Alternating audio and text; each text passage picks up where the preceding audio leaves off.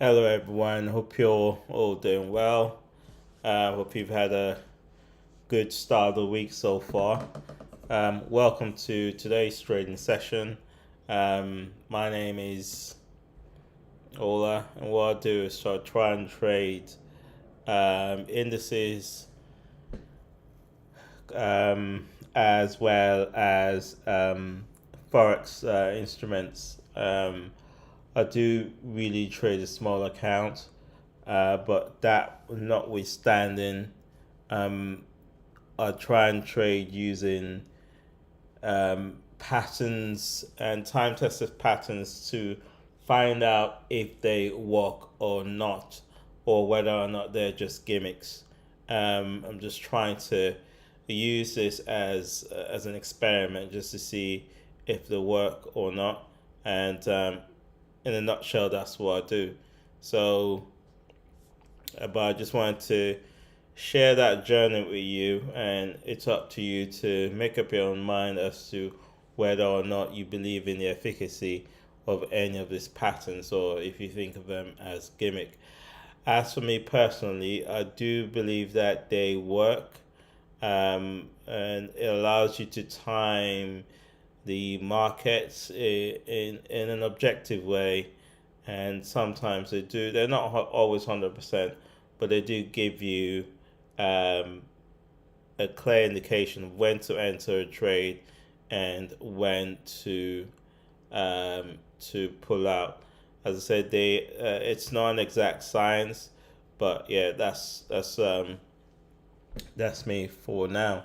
But on the other side of this, I was just been watching the news today about Elon Musk and him sacking 3,700 employees in Twitter, of Twitter employees. I think it's a bit, I don't know, it's a bit unfair and it's a bit inhumane. It's just to sack people from their job just because you bought a company. You might be the world's richest man, but that doesn't mean anything if you are the world's most horrible man. You might build a intergalactical a spaceship that goes from here to Mars or wherever, find other galaxies.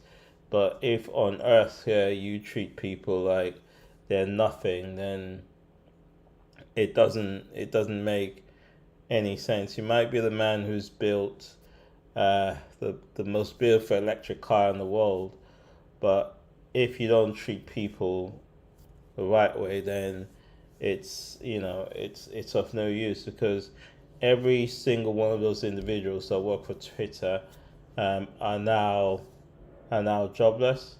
They weren't given any notices to at least find a new job somewhere else or to at least put their affairs in order. They was just sacked for not doing anything wrong. They were mainly sacked because someone else owns the business. And I think my personal opinion is a bit sad and it's a bit inhumane of Mr. Elon Musk, one of the richest people in the world. I don't suppose he'll ever watch this video, and if it did, I don't think it'd make any difference. But this is just my own thoughts about how things should be done. It show a bit of humanity, show a bit of give people a chance because to him, sacking 28 or 3,700 people is nothing. It means nothing to him. They're just at the end of the day, they're just figures at the end of a balance sheet, on and that's it to him. But then again, there's every one of those numbers as has a family that they need to look after, have a rent or a mortgage that they need to pay, have an elderly mother or father or sister or someone that they need to support financially.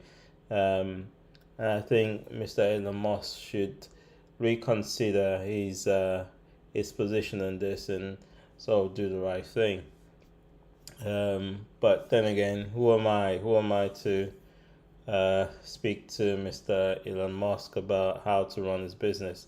At the end of the day, he's the owner of a company. He can run it how he sees fit, but there's nothing stopping him from being a bit more human when he's running this company. So I don't know the ins and outs of it or why these people have been fired, but it just seems as if it's just done it because he can do it, not because they've done anything wrong. He's fired those people just to show that he's rich, he's powerful, and he can do whatever he wants to do. I think that also speaks well for the Tesla Tesla brand, because if he owns Tesla, I mean, he can decide to fire the people that work for Tesla, that work in Tesla, just like that. If he owns SpaceX, he can decide to just fire those people if he doesn't need them anymore. So once he builds, who knows, maybe a robot that can assemble Teslas in 5 seconds, or you know, robot astronauts that can go to space on his behalf, it can just fire everyone just like that. So I think those who work for Tesla or who run Tesla should also see this as a wake up call, because they're not safe either, because he can decide to do whatever he wants to do. Well, again, this is just me thinking out loud. I'm probably wrong, but it's just an opinion that I'm expressing for myself. But which leads me to the other thing is to, obviously it's good to have a job. It's good to be able to, wake up in the morning, go to your work, no matter how much you hate or dislike your job. It's good to be able to have somewhere to go to for your work, and but also it's also good to consider the aspect of being your own boss, of um, doing things on the side, which means that you can fall back on things that you do for yourself that no one can sack you from doing, something that belongs to you, you know. And that's why I trade. I trade because, it gives me something to do when I finish my normal job. It gives me something to say, okay, I'm building the knowledge around this so that in future I can trade this on a regular basis and make good income from this. I'm doing this because it's an extra skill to have. Something to say, you know, if my job becomes, if I'm being asked to leave my job, I can say, okay, as long as I trade properly, consider my risk reward ratio, and do everything properly, I honestly believe that it is possible and very, very possible to make a living of trading. Um, and it's not easy. It's not easy, but I believe it's possible. And that's where I would like to be able to do something for myself. And that's why I do YouTube as well. Granted, I don't have thousands and millions of followers. I don't have a huge subscription base. I don't. But then again, I'm working towards it. Building my own personal brand, as they say, and I'm trying to, have something for myself. I don't know how long YouTube is going to be a thing. I don't know if in future, if YouTube is just going to be consigned to the history pages as something that people did a long time ago. I don't know if YouTube is going to be something that you can make money from. But in the meantime, at least I'm doing it. You have to be in it to win it. And I'm in it at the moment. I'm not winning anything, but at least, um, you know, I'm doing YouTube. I'm trading online. I'm sharing my knowledge, the little amount of knowledge that I have. Trying to build a community, and you know, I think it's a fun project. It's a fun project to be in, and whether or not it succeeds is another thing. But I think it's a fun sort of project to be involved in, and anyone can do this these days. You don't need huge amounts of resources to start a YouTube channel. Everyone in this country, I think, everyone around the world have got mobile phones, so you can just shoot a 5 second video, 10 second video, 10 minute video, 1 hour video, and put something out there for yourself. It is a bit daunting to start with because I'm still trying to get to grips to doing this, and you know, facing the camera and talking to the camera and trying to add verbal fluency to what I'm trying to say, because I'm not naturally a good communicator, but I'm trying and just, trying to get there. Try and do YouTube every day. Practice, they say, makes perfect. And I believe everyone should be in a position where, in this world and this time and age, that they have something other than their normal 9 to 5 that they can rely on. So that if things start to go wrong, they can say, okay, it's not all bad, it's not all doom and gloom. I've got something that I can go home and do and make some amount of money. And I think everyone should work towards this, especially young people. Go to university, study hard, and do all those nice things, but you know, also try and become an entrepreneur. Nowadays, you don't have to have a big shop. You can be an entrepreneur in your living room and command millions. So, I think it's something everyone should aspire to do. Not everyone, but at least do something for yourself, something meaningful. But I'm ranting today, and I'm sure no one cares anyway about what I've got to say. But it's just me and millions. So I think it's just me, expressing myself to myself in the hope that someone somewhere would hear this and it would make some sense to them, because it makes sense to me. In the hope that it will make sense to them in a way. But yeah, that's just it. So let me explain this trade. So this is a crab pattern, as they say. So if I draw this, I do X to A, has to be a minimum of 382. Well, what we've got here are X to A 618. So one condition is confirmed, and a potential reversal zone would be the 618 extension of X to A. Sorry. 618 extension of X to A.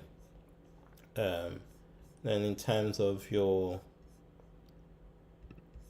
take profit zone, so normally you'd have to. I entered this trade a bit late, so I should have entered. Anyway, it doesn't matter.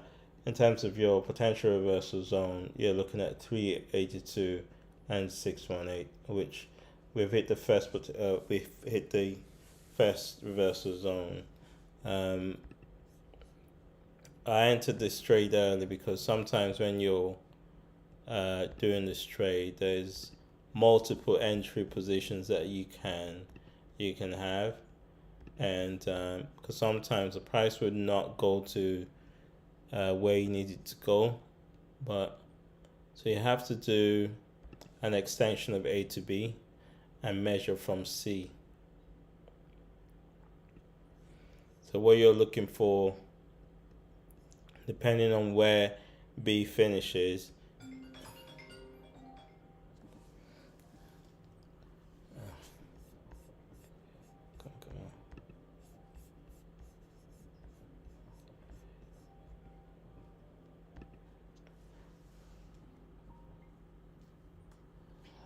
boss Liam, you alright, boss? How are you? Yeah, not too bad. Sorry to bother you. Yeah, yeah, yeah. Can you bring it in to work tomorrow and I'll find a way to get over and collect it? No worries. Uh, Nice one. what's happening as the exams come out again, or Um, yeah, that, they'll be coming out soon, but uh, you can make it. If you've got a USB to copy it, copy it over to it. oh, okay. No, I think Or copy, or you've got a laptop, copy it I've to your copied it laptop. already. I think so. Okay, yeah, Yeah. then, yeah, someone else wants to borrow it, so. No worries. No worries. How are you Yeah, anyway? I'll probably see you tomorrow at some point. No worries, man. Tomorrow we're late anyway, so I'm sure we're on the same link anyway. Yeah, I'm on the same shift pattern, so. All right, all right. I'll bring it in tomorrow. Nice one, thank you. All right, see you later. Take care. Bye bye.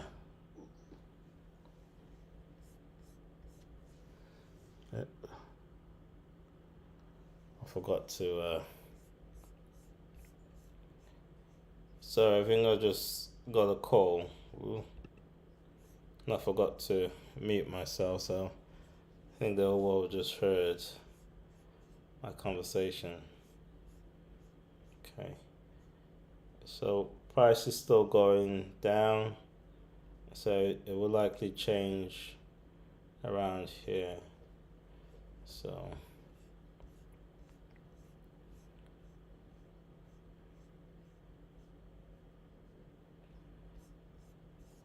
it's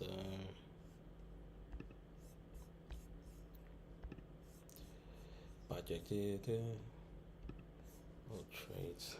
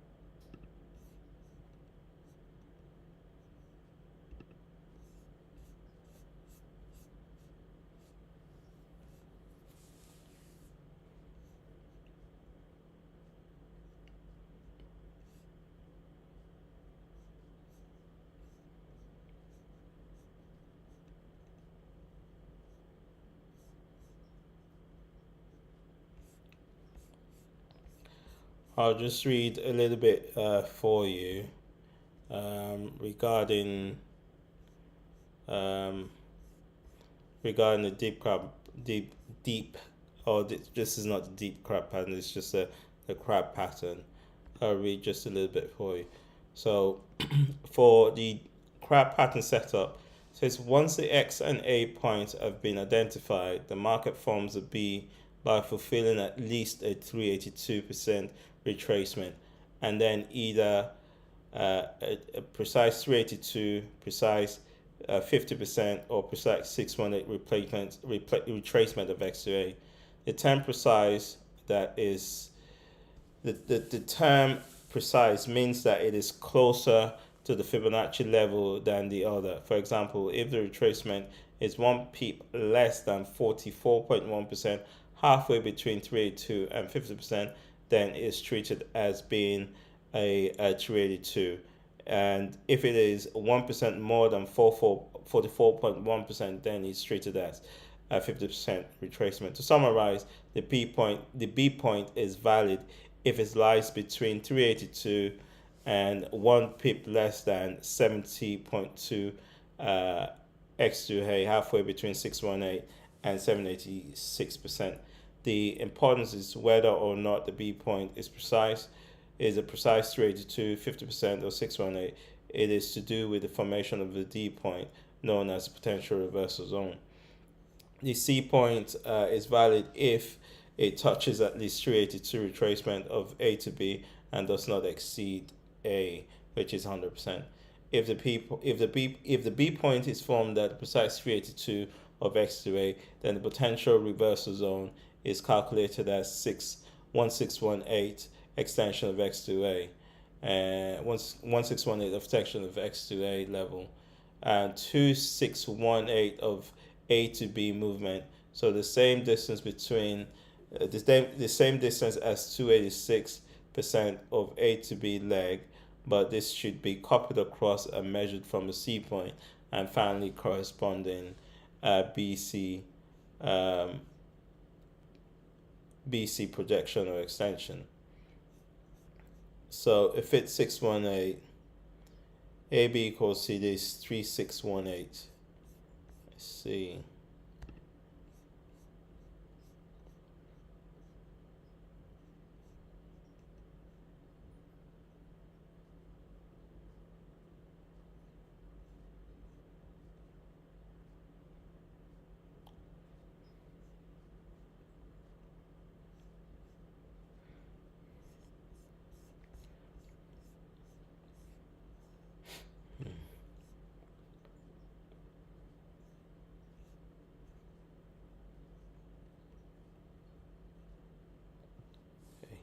So if B point is formed at precise 618 D of x2a, then the potential reversal zone is calculated as 618 of x2a and 616 A to B movement measured from C.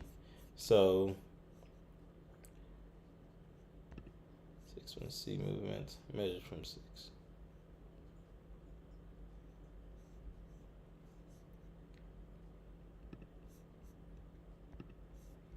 Measured from C.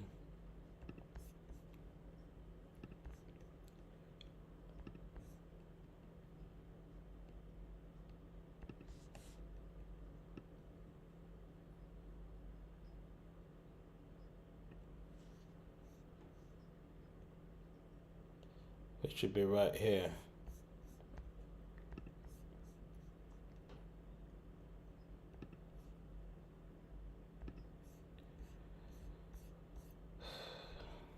And C movement measures from C. And potential reversal zone.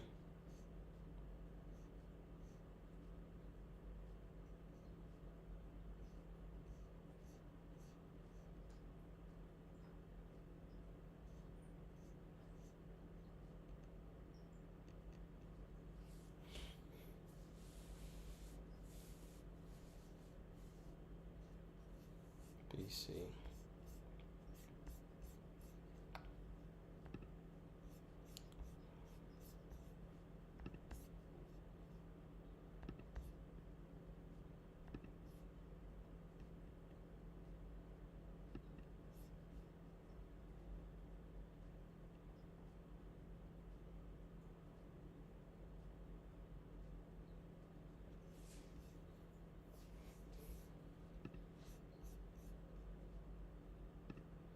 I'm not explaining this correctly at all, so please bear with me. Just trying to get my bearings right.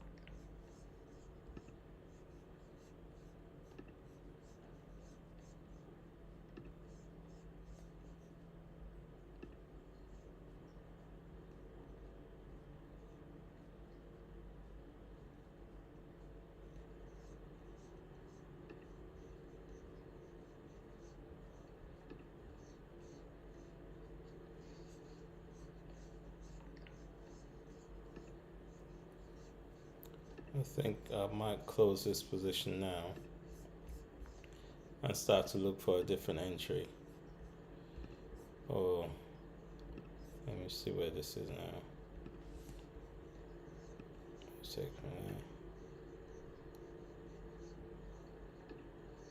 It's almost 50.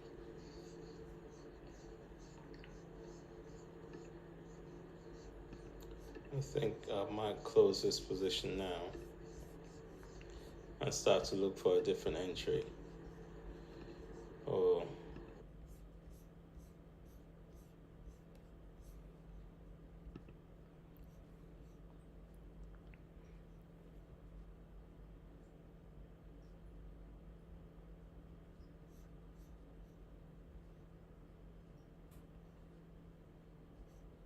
I'm hoping that this 50 EMA will act as resistance, but I'm not so confident that will be the case. Let's see what happens here.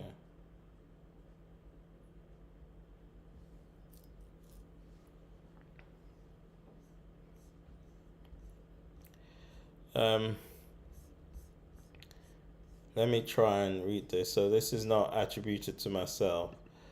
Just to let you know, I'm not a financial advisor. I'm just sort of sharing readily available knowledge online with yourselves, in order for you to sort of help yourself as well. This is a guy on the internet, and this is about the breakdown of a crab pattern. So I'll try and read the whole thing for the trade setup. So once the X to A point has been, actually, let me, one moment, I'll be back.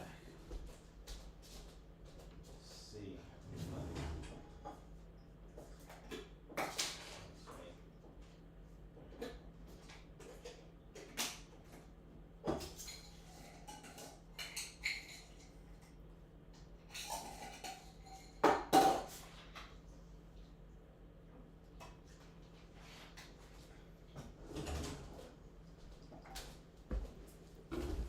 Sorry about that. Just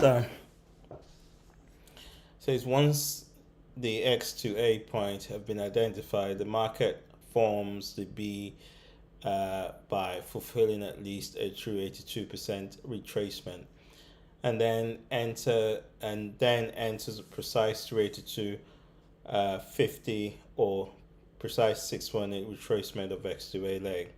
The term precise isn't accurate, but it just means that the B position falls between 318 and 618 percentage retracement of X to A. Okay, the C point is valid if it touches at least 382 retracement of A to B and does not exceed A, so it's not 100% of A to B. If the B point has formed at the precise 382 of X to A, then the potential reversal zone is calculated as a combination of 618 extension of X to A level, 2.618 A to B level. So the distance so the same distance as the 2618 and of the AB, but this should be copied across and measured from the C point. Finally, the corresponding BC extension. So what's being said here is, if your X to A is a precise 618, which this is, you can measure your potential reversal zone. Your first potential reversal zone will be 618 of X to A, which is right here. That's your first potential reversal zone, X to A. So let me mark this. First potential reversal zone. So that's the first potential reversal zone. In this case, that's not what's happened. Okay. Secondly, you need to find your C point. Your C point is a retracement of A to B, has to be a minimum of 382, but cannot exceed A. So let me delete this. So where's 382 here? So the C point has to be a minimum of 382, so it has to stop here, but cannot exceed A. So that's your 382 sorted out. For your D point, which we mentioned, the potential reversal zone is just a retracement of X to A, which is right there.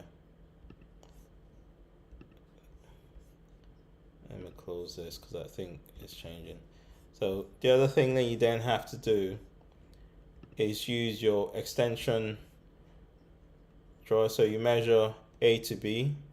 You're using the extension ruler this time, A to B, and measure from C. Okay. For this, you need price to hit at least 618.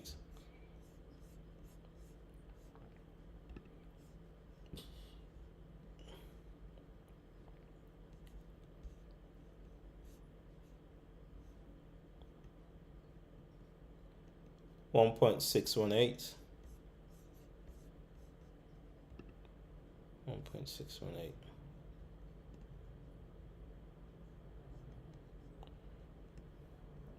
Which is right here. The 1.618 finishes here. Okay, so this is your first potential reversal zone, and this is the second potential reversal zone. Okay, second potential reversal, and that's your second potential reversal zone. So this line here, let me move this up so you can see. Okay, you then still need to measure BC, so the BC leg extension as well, B to C, and then back down again to C. Okay, with this you're looking for, I believe it's 3618.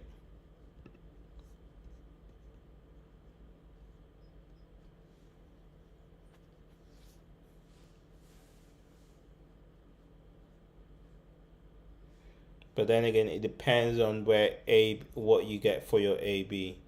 So in terms of this one, AB is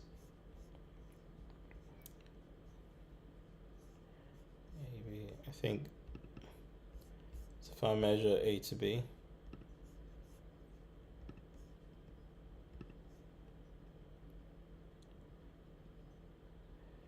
AB is roughly, I'd say 786. Let's say AB 786 for C.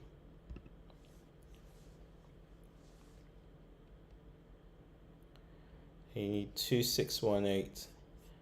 2618.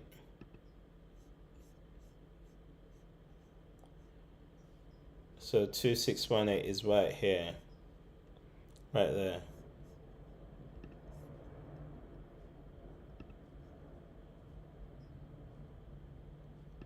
So 618.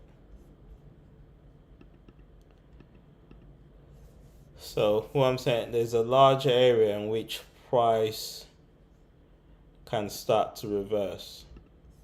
So it doesn't always have to touch the upper end. So anything between here and here, price can reverse. So you then just have to factor in your own risk to reward. So any area between here and here is between this area that I've drawn, price can reverse, which it did in this case, because initially I was expecting price to get here, but it didn't get all the way there, so it reversed. Hopefully I'm making sense and you understand where I'm coming from. But if you don't understand, there's lots of materials that you can use online, on YouTube especially, that can help you. And just search for harmonic patterns, and I'm sure you find loads of examples that you can learn from. This is what I've done. But so far, this trade was a good one. Um, wasn't a huge amount of money, but it was it was decent, so it wasn't too bad. So yeah, I just wanted to share with you. But in terms of what's happening next, let's see what's going on here. So right around 50% retracement. So what you could have is price reversing back down again. So you could have this. I'm not saying that that's what's going to happen, but you could have this price going, and then you could have that, which is a bad pattern, or you have price go all the way down there, um, and then put your entry position there. So again, it's not an exact science, so nobody knows what's going to happen really, but it gives you an opportunity to make entry into your trades. Um, you could have that, which is a bad pattern, or you have price go all the way down there, um, and then put your entry position there. So again, it's not an exact science, so nobody knows what's going to happen really, but it gives you an opportunity to make entry into your trades. Um, you could have that, which is a bad pattern, or you have price.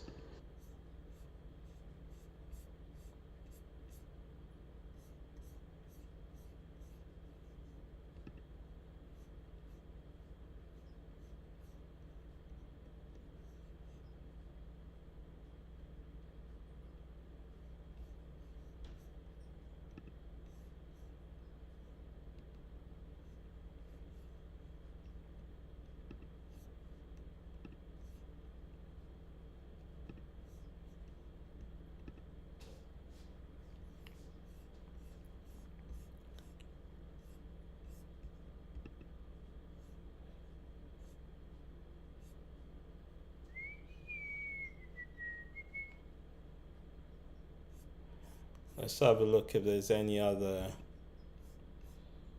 opportunity I could see. Potentially, this could be, don't know, head and shoulder. I don't know if you can see it. Potentially.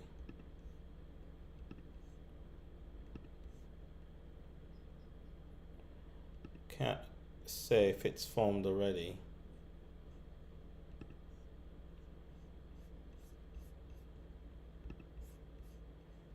Can't say that.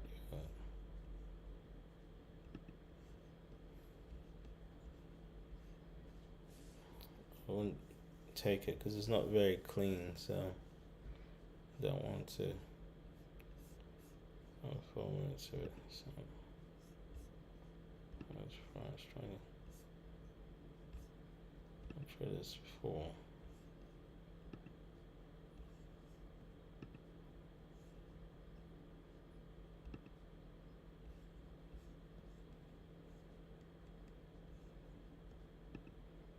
UK 100.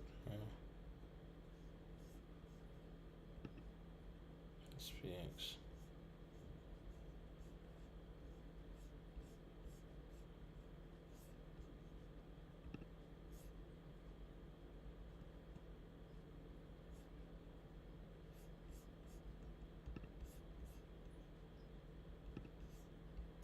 Hey, come on.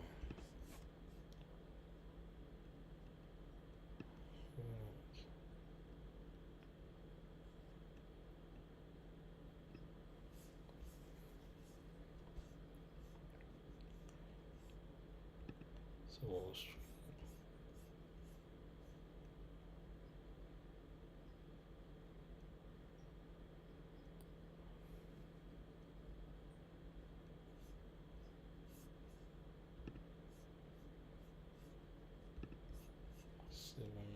works really.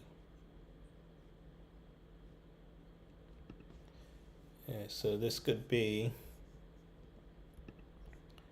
a back pattern, or again, it could be a crab pattern. It could be. Let me measure A to B and see what we get. It's not quite enough. Yeah, it's exactly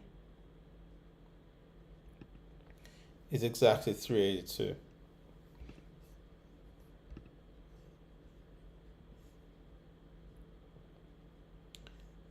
It's exactly 382. So this could be a back pattern. Could be. And price for it.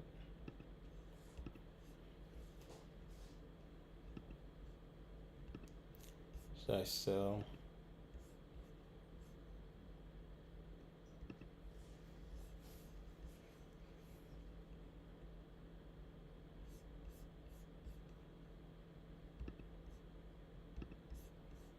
I'd go along at this price here.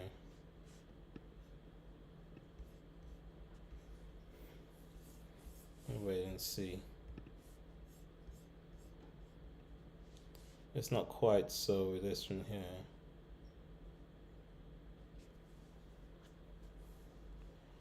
So I think this is I'm gonna sell.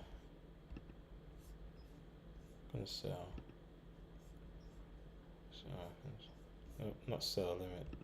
I'm gonna sell at market. This is why I need to stop doing FOMOing into stuff.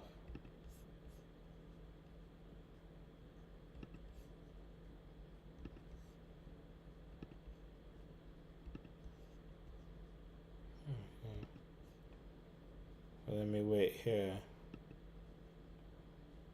and buy.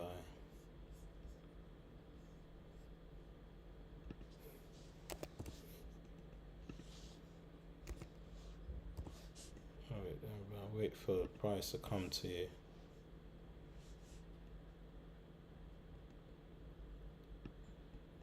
For the price to come to you.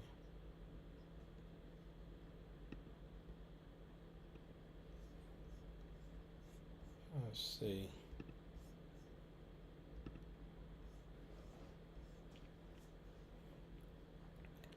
Let's see what happens. Are we gonna get filled?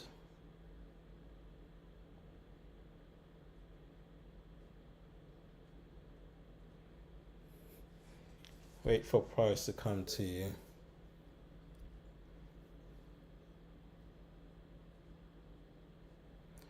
There are four main trading strategies: buy, sell, or wait. Oftentimes, we all forget that waiting is also a trading strategy.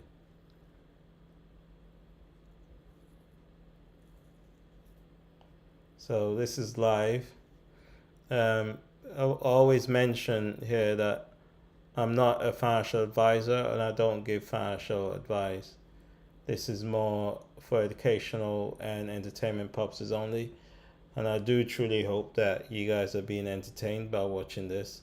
However, it's not financial advice.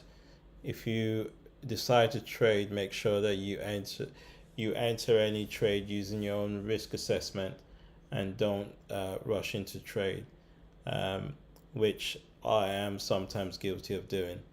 But so that's the only advice I can give you without being a financial advisor, is to carry out your own due diligence and risk assessment. Don't trade how I trade. I'm not asking you to trade how I trade. Try and develop your own trading style, your own trading momentum. Hopefully it'll be a lot better than mine, a lot better and cleaner and more, So yeah, you understand what I'm saying in a way. I don't need to keep going on about it, but yeah. There you go. This thing. Try and develop your own trading style, your own trading momentum. Hopefully, it'll be a lot better than mine, a lot better and cleaner and more, you know. So yeah, you understand what I'm saying in a way. I don't need to keep going on about it, but yeah, I don't know why my Oanda or my OBS always freezes. Try and develop your own trading style, your own trading momentum. Hopefully, it'll be a lot better than mine. Always freezes. A lot. Why not change? So yeah, you understand what? It always freezes. Why? Why do you always freeze? Okay, actually, I think it's not frozen. It's just you two are just develop your own trading style, your own trading momentum. Hopefully, it'll be a lot better than mine. Always freezes. A lot. Why not change? So yeah, you understand what? It always freezes. Why? Why do you always freeze? Okay, actually, I think it's not frozen. It's just you two are just develop your own trading style, your own trading momentum. Hopefully, it'll be a lot better than mine. Always freezes. A lot. Why not change? So yeah, you understand what? It always freezes. Why? Why do you always? It's gonna keep repeating itself.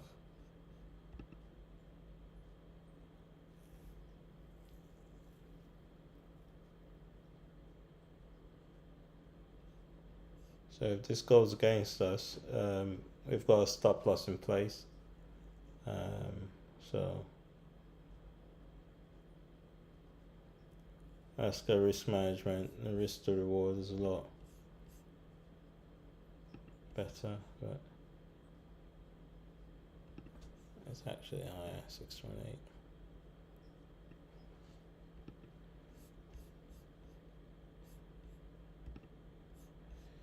And if this doesn't work out, which is possible, we could have something like this. We could have another crab pattern. Maybe 618, which we had earlier.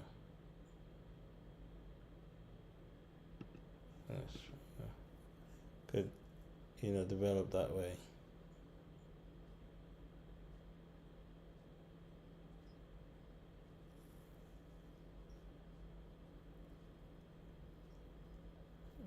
We shall see.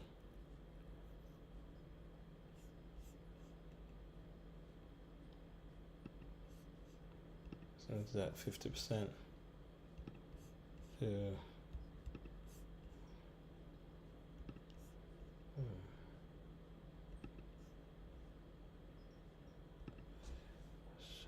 or Shapley.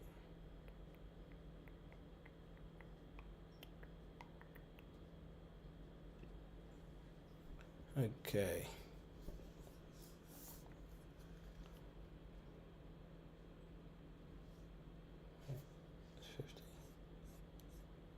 It's 50%.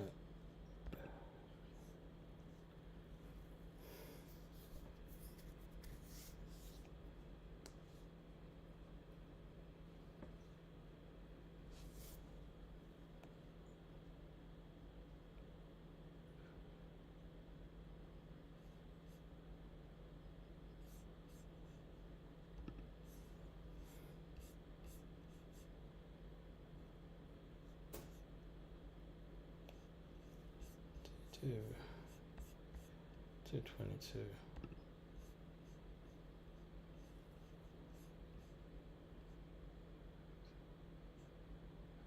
Precise 50%. Just like that.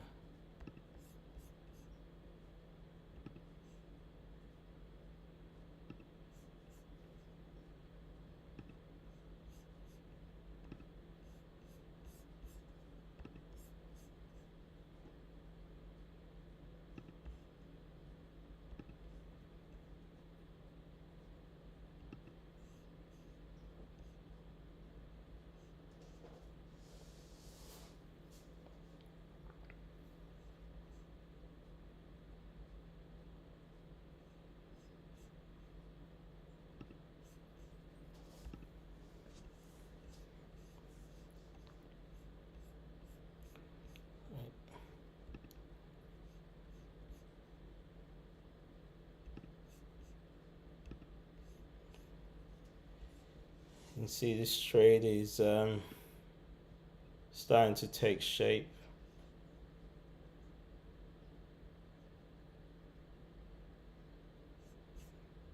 Let's see what the. I'm hoping for it to just go up. Where is it? I'm hoping for price just to carry on going up,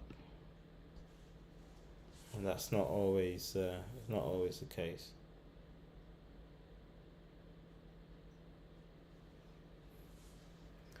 This is what I mean by giving you some sort of entry point where you can enter and trade. Depending on how much you're trading, you can exit this now.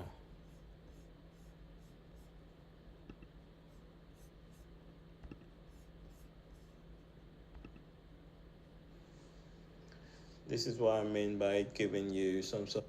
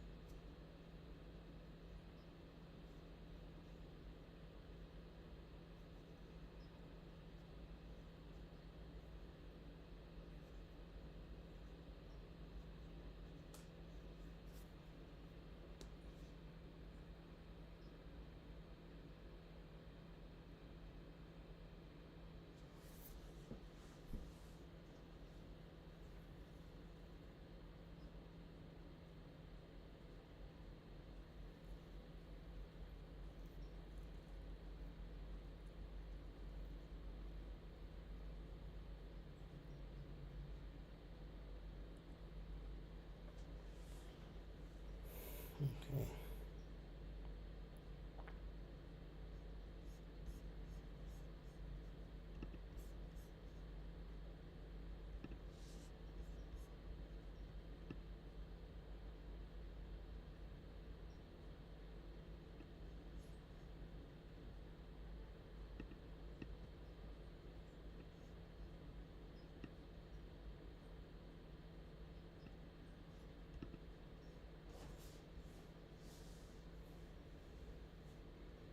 It's gone down again.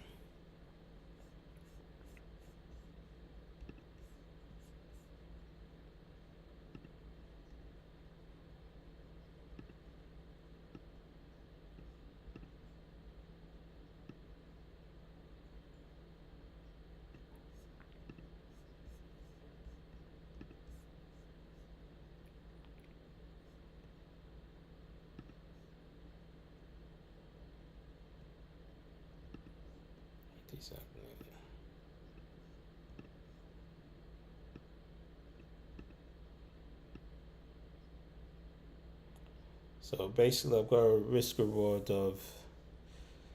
So the reward is like twice the risk. So basically, that's what I'm trying to measure.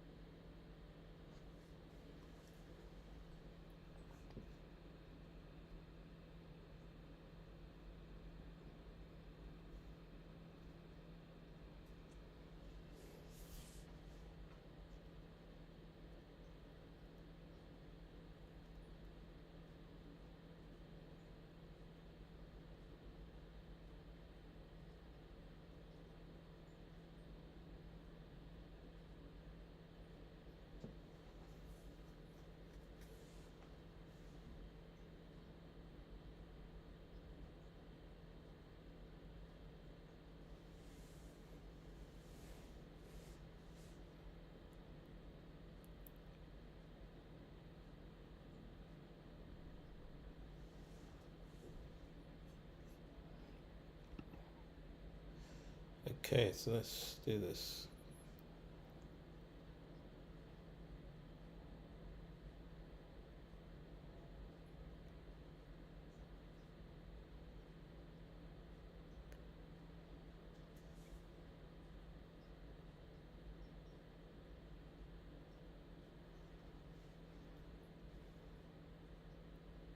Come on.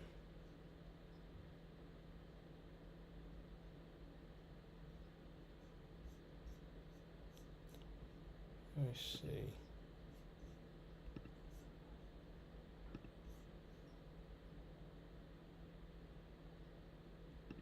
I haven't even actually.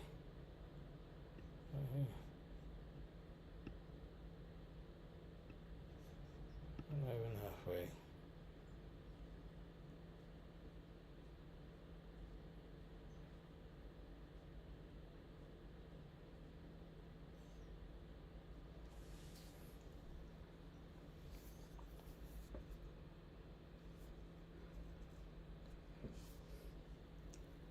What's happening?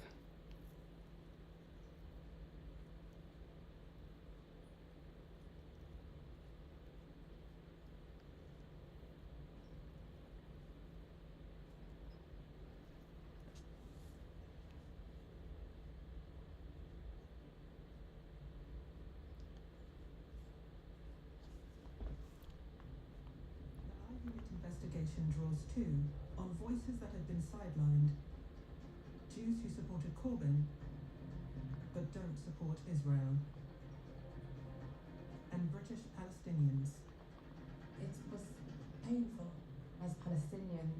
It's very hard for you to enter the debates, and that's how it was designed to be.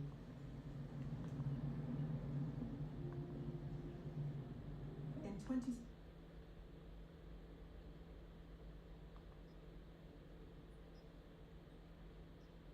The Chinese leader Xi Jinping and US President Joe Biden have had face-to-face talks ahead of the G20 summit, their first since Mr. Biden entered the White House. It's hoped the meeting will ease relations that have been tricky for some time, marred by disagreements over issues ranging from Taiwan to trade. The G20 summit is already fraught with tension over Russia's invasion of Ukraine. President Putin isn't attending, but his foreign minister Sergei Lavrov is there. Mr. Lavrov denying reports earlier today that he had been taken to hospital to be treated for a health condition. The Russian foreign ministry said that this news, or this apparent news, was fakery of the highest order. Well, our correspondent Karishma Vaswani is in Bali and earlier gave us more details on that meeting between the US and Chinese leaders.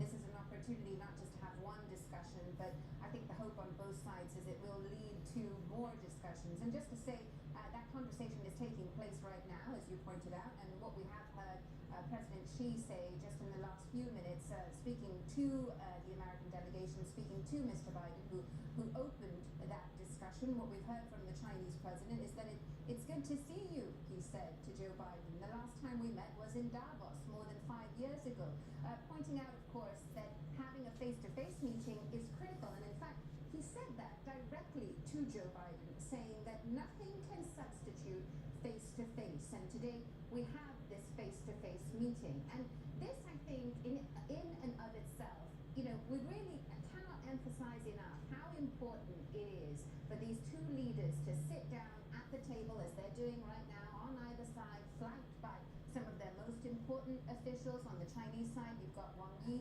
accompanying President Xi Jinping, a key figure in the Chinese political system.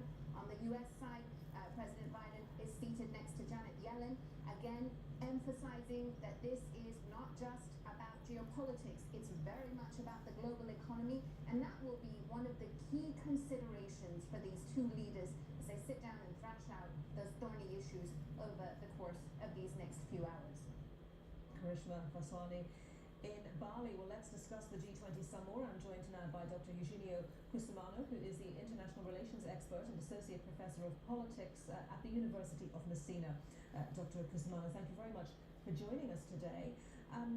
We know that Vladimir Putin didn't want to attend because of the expected criticism over the invasion of Ukraine. Sergei Lavrov, though, is there. What do you think the discussion will be around the war in Ukraine at this summit? Thanks for having me.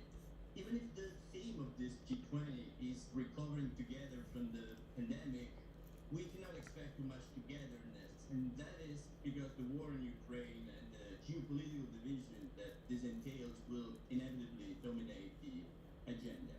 Disagreement over Ukraine will make finding consensus difficult on other issues as well, including economic issues.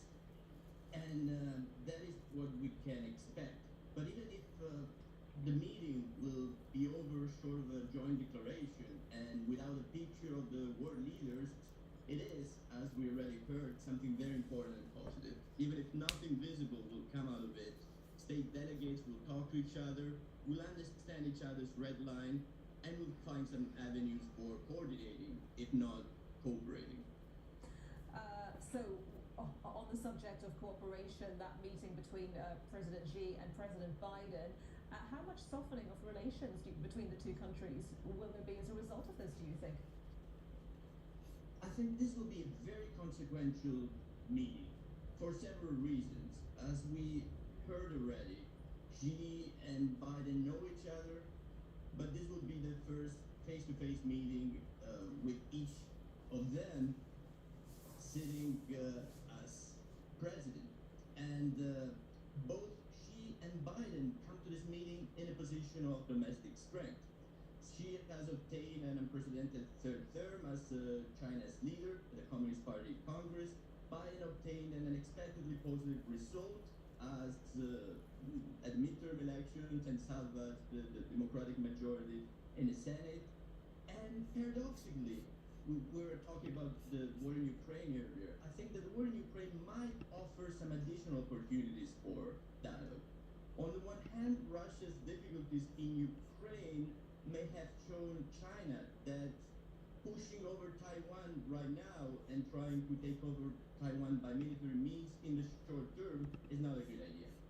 And moreover, if China accepts, as the US wants, putting some more pressure on Russia to end the invasion, then the US might be willing to reciprocate with some concessions on some other fronts, such as the limits that they set on the export of semiconductors and microchips to China. Well, so much to watch on that particular angle. Moving on to the subject of climate, are we going to see any particular signals out of the G20 that may influence the COP27 debate, particularly around the issue of climate justice and whether those bigger, more polluting countries are willing to deliver some kind of aid to the countries that have historically not been responsible for the climate warming, but are often suffering the worst consequences? I've done this. So of course, this is a very crucial issue for Indonesia, but again, I think I've miscalculated this. This is probably for great achievements on the climate front. Issues like the looming food prices, the economic recessions, hiccups in the flow of fertilizers and energy commodities will dominate the agenda. So I do not expect anything major to come up when it comes to combating climate change, even if this is an issue that should be at the center of the agenda. Okay, Dr. Eugenio Custumano from the University of Messina. Thank you very much. Thank you. And we were telling you just a little earlier about those reports by a couple of news agencies that the Russian foreign minister had been taken to hospital to be treated for a heart condition. He had arrived in Bali representing Russia because President Putin is not attending. We then heard from the Russian Foreign Ministry that this was fakery of the highest order. I'm not sure if we can bring you some pictures. We have seen some pictures of Sergei Lavrov. There he is, sitting outside his hotel room, casually dressed, as you can see. And he told reporters there that they've been writing for about 10 years that our president is ill. This is a kind of game that is not new in politics, he said. So he was denying those reports that he was unwell in any way or had been taken to hospital. Sergei Lavrov there, the Russian foreign minister.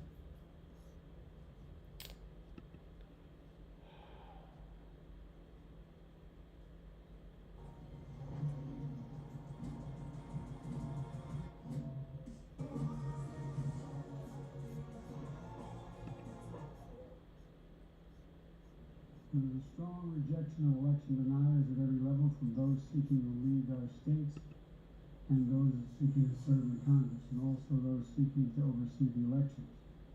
And there was a strong rejection of political violence and voter intimidation. There was an emphatic statement that in America, the will of the people prevails. I've traveled this week, and it's been clear just how closely the world and our allies and our competitors as well have been following our elections at home. Excuse me, I'm a little cold. And what these elections showed is that there's a deep and unwavering commitment in America to preserving and protecting and defending democracy. Now, let me speak briefly about our agenda over the past few days in Egypt and in Cambodia and here in Indonesia.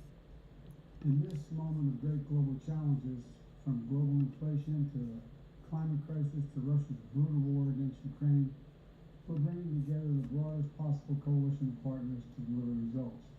At COP27 in Egypt, I made it clear that thanks to the bold agenda of our administration, we pursued from day one to tackle the climate crisis and advance energy and security at home and around the world. The United States will meet our emissions targets under the Paris Agreement. And we're going to keep working with our partners to support the most vulnerable countries in building resilience to climate impacts and to align global ambition with the 1.5 degrees Celsius goal while supercharging our clean energy transition. At the U.S.-ASEAN Summit and East Asia Summit, I laid out a commitment to working with our partners in the Indo-Pacific to ensure a future that's vital to this region, that's free and open and prosperous as well as secure. And I met with our allies from Australia, Japan, and the Republic of Korea, underscoring our commitment and deepening our engagement with our closest partners and strengthening cooperation among our allies to meet shared threats to our own security and to their security, including the DPRK. And let me meet, I just met in person with Xi Jinping of the People's Republic of China. We had, we had an open and candid conversation about our intentions and our priorities. It was clear, he was clear and I was clear, that we'll defend American interests and values, promote universal human rights, and stand up for the international order and work in lockstep with our allies and partners. We're going to compete vigorously, but I'm not looking for conflict. I'm